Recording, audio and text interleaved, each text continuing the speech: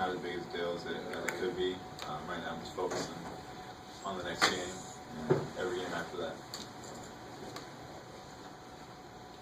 I was teasing Paris that there's a legacy of guys, and I'm not going to cry on senior day. Can they break down? You talk to them?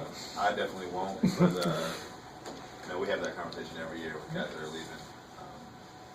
Nobody really seems to, but I'm not planning on it. But Is it strange to go through a whole season and not see UCLA until now? Yeah, definitely weird. Usually play them, somewhere earlier, get a feel for them, but they're playing good ball right now, and we don't seem to the end. So for me, first time playing them, so it's going to be even feel for both teams. And how difficult is that, especially knowing that you've only played one game in the last, week 10 days? It's, you're playing well, but it's hard to maybe maintain that momentum. I feel like we've been doing a good job in practice, keeping that momentum going, a lot of intensity, but nothing can replicate a game. So just having that one game, it could help us, with the rest part of it. But who knows how the timing will be? But so far, practice has been going pretty well. So I'm not worried about that. Do you think that maybe the scout will change on you just after what Nigel and Andrews have been doing in these past two games there? I hope so.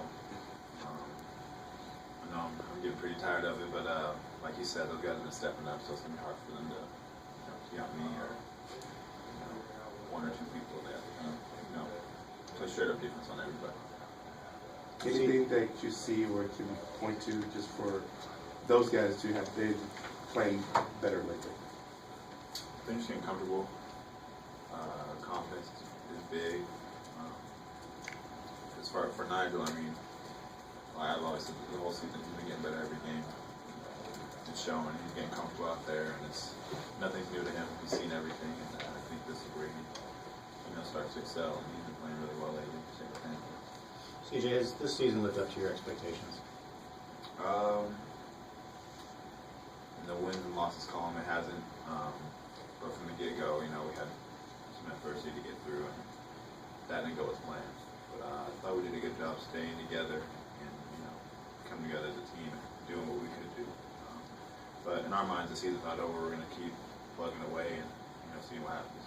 Outside of winning the Pac-12 tournament, do you guys envision a scenario where you guys can get to the big dance? I don't know. It's tough. Even if we get to the championship game, we're still not certain if that'll get us in just because of the losses we've had earlier. We're going with the mentality to win out to get to the tournament, so that's what we're trying to do. What did you think when Jernard went down in that first game? At that time, how did you think that changed your guys' prospects for the season? I knew Jernard was going to be a big piece of this team. He was having a really good summer and a really good preseason going in, so I was confident he was going to be a big key for us. And when he went down, he was going to cause problems for us. Maybe I just felt bad for him, but as far as the team standpoint, it definitely changed the dynamic of what we're trying to do. Did you know you're leading the team in blocks? Yeah, I did. Last year, me and Aziz had a contest, and he ended up getting me. But I knew once he left, I would have, a lot of room to, take the title. Something you worked on in the off season?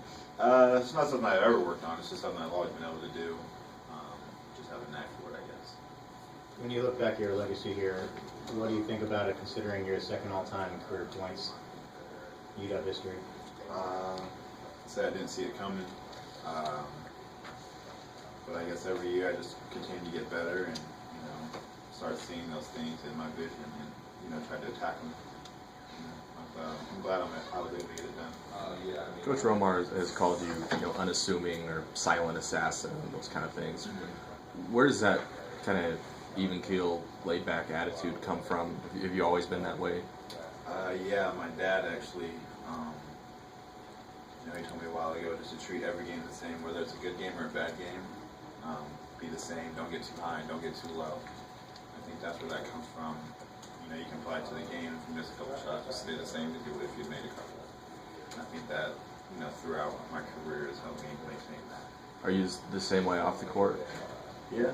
I'm trying not to let too many things get to me. I'm just trying to react and just stay as even keel as possible. Two more for CJ. What are you going to remember or miss? Just being around, this group of guys. Just fans. Just being in Seattle. I don't know how often I'm going to get back here. So I'm just trying to soak it all in while I can before I have to take off. Given the success you guys had your freshman year, what's kind of the message that you leave to the younger guys on this team as far as finding success going forward? I think they're starting to get it, like most teams do at the tail end of the season. And I'm glad we have a lot of young guys that have seen what it's like to not do as well, so they can be more hungry going into the next season and just use that as motivation going forward.